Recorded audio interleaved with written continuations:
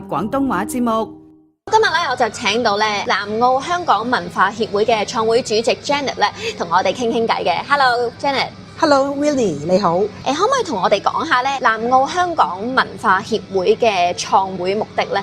個會咧就係2020年5月4號咧正式成立嘅。咁我哋成立個目的咧就係有見2019之後咧就多咗好多香港人嚟南澳啦。佢哋初嚟當然都需要一啲希望有啲幫忙啦。咁我自己就已經嚟咗好耐㗎啦。咁我就希望我哋將我哋知道嘅嘢咧分享俾新嚟嘅人啦。咁啊希望我哋行少啲冤枉路咯。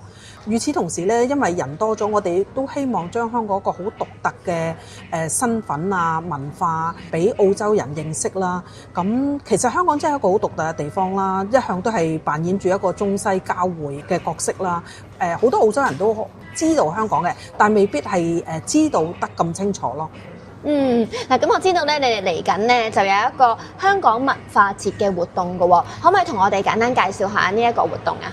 咁今次係我哋第2次搞嘅，咁我哋2年前搞咗一次咧，就非常嘅成功。咁今次咧，我哋就係檢討過上次有啲乜嘢地方可以改善啦，同埋有啲咩地方可以豐富啦。咁我哋希望今次可以做得更好咯。我知道呢個活動咧係3月29號啦。咁冇錯。會唔會同以往會有啲咩最大嘅唔同？同埋有冇啲特別新增咗嘅啲環節或者主題啊？有嘅，咁今次咧，我哋雖然同一個場地，但我哋就租得大咗個地方啦。咁我有啲新嘅環節咧，就例如一個叫做我的色彩香港繪畫比賽。咁呢個咧就係 for 小朋友同埋青少年嘅。咁我哋就希望佢哋印象中嘅香港就畫出嚟啦。咁到時咧，我哋就係有評判咁一齊去評審咁。咁另外咧，就我哋就有一個展館啦。咁就會將香港點樣由一個小漁村成為一個殖民地經歷過嘅主要事情咧，就一一呈現喺俾其他人睇啦。咁希望本地人對香港嘅認識更加深啦。咁我哋亦都製作咗3個嘅video 咧，就訪問咗3個唔同背景嘅香港人，點解佢哋會嚟移民啦？同埋佢哋面對嘅挑戰同埋佢哋嘅適應啦。咁呢啲咧就係都係新嘅。其次咧，我哋表演方面咧，今年我哋加咗粵曲。因為我哋覺得粵曲都係香港文化嘅一部分啦，即係如以往有邀請其他團體參加啦。咁越南咧就會有啲年輕人就表演一啲hip hop dance 啦。咁另外維吾爾就會表演佢傳統舞同埋佢哋特別嘅樂器啊咁。嗱，啱啱你都有講到咧，都會有啲唔同文化背景嘅朋友嚟到現場去表演啦。咁會唔會都係配合翻咧你哋 Friends of Hong Kong Festival 呢一個嘅節日主題咧？絕對係因為咧我哋希望咧嗰個節日咧除咗香港人嘅聚會啦，咁我哋都好希望咧將香港獨有嘅文化介紹俾本地同埋其他嘅文化組織認識。咁始終澳洲都係一個好多元文化嘅社會啦。你哋協會啦，覺得咧呢一類型嘅活動咧，點樣可以咧幫到南澳香港嘅社群呢？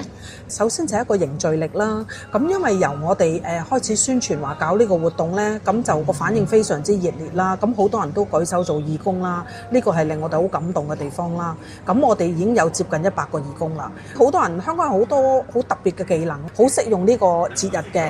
咁有好多人都話倒垃圾啊，擔抬我都唔介意㗎，即係好想出一分力。咁我覺得就非常之好咯。咁同埋我相信大家好高興咁將香港好獨有嘅食物啊，同埋一啲我哋嘅藝術展覽呈現俾本地人睇咯。都好感動啊！即係咧叫做一呼百應啊，係嘛？係啊，即係一講話有一個同香港人有關嘅活動啦，即刻有唔少人過嚟咧，就話我原來我都可以幫呢樣嘅，我都可以幫另一樣嘅喎咁樣。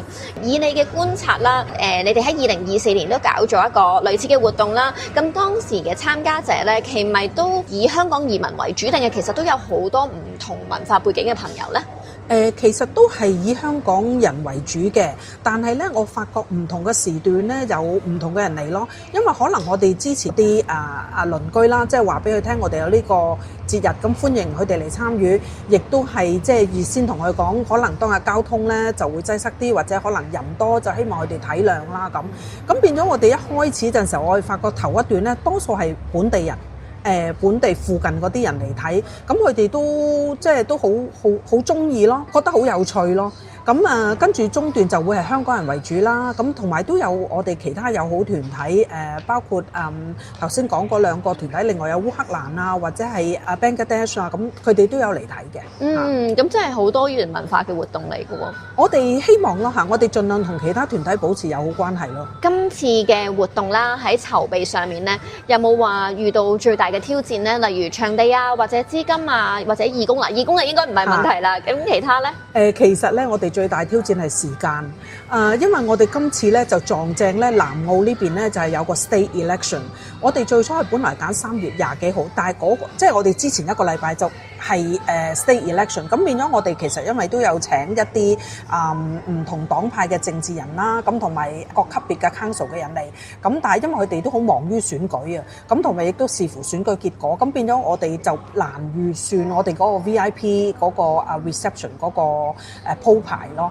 咁就另外一個挑戰就係咧，其實我哋大半年前已經 book 咗呢個場地，決定咗搞，但係就係大約1個月前，我哋先發覺原來咧我哋發覺泰國節係同我哋同一日搞。咁由於泰國節咧喺呢度喺南澳係已經好耐歷史，咁同埋佢哋每年都搞咧，佢哋係我相信係喺呢度最大嘅文化節日啦。咁所以咧，我相信對我哋嚟講會係一個挑戰啦。但係唔緊要啦，我哋對香港人都好有信心嘅。Janet， 你覺得咧點樣去透過呢一啲嘅活動咧，去令到下一代啦，即係啲個所謂嘅新世代啦，佢哋會更加去投入，或者對香港嘅文化有更大嘅認同感同埋認識呢？我覺得呢個問題問得好好啊！咁因為我自己都有小朋友啦，咁我都好希望佢哋記住自己邊度嚟啦，咁同埋有啲咩獨特嘅嘢啦。咁所以今次我哋都搞咗呢一個咧小朋友同青少年嘅繪畫比賽，喺佢眼中嘅香港係點嘅。咁就同埋咧，我哋即係希望一啲街頭食物啊、小食啊，咁會喚醒翻佢哋一啲嘅記憶啦。咁同埋我覺得好重要嘅就係你必須對你嘅身份引以為榮。咁你咧就會好樂意咁去成全咯。Janet， 都想問下你啦，有冇發現喺亞德雷德咧，其實近年越嚟越多人講廣東話咧？絕對有啊！因為其實我自己本人就已經嚟咗呢度，係44年前已經嚟㗎啦。但係當中我有20年返咗香港做嘢啦，咁但係都見到好大明顯嘅轉變。咁而最大嘅分別就係咧，我覺得係好多好年輕嘅家庭咯。咁佢哋小朋友可能都係10歲以下嘅嚟咗呢一度嘅新生活，咁同我哋當年嘅移民有些少唔同咯。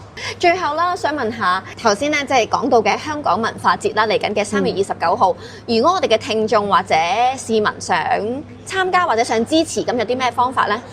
絕對歡迎啦！咁如果喺南澳嘅話，我哋就係當然希望你當日親身嚟到啦，感受下嗰個氣氛啦，同埋認識下啲新朋友啦。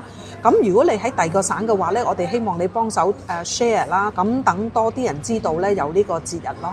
咁今日咧再次多謝南澳香港文化協會嘅創會主席 Janet 咧接受我哋嘅訪問嘅。咁啊，希望你哋嘅活動咧得到大成功，多啲人咧嚟參與呢個活動嘅。好，唔該晒 Winnie。Thank you Janet。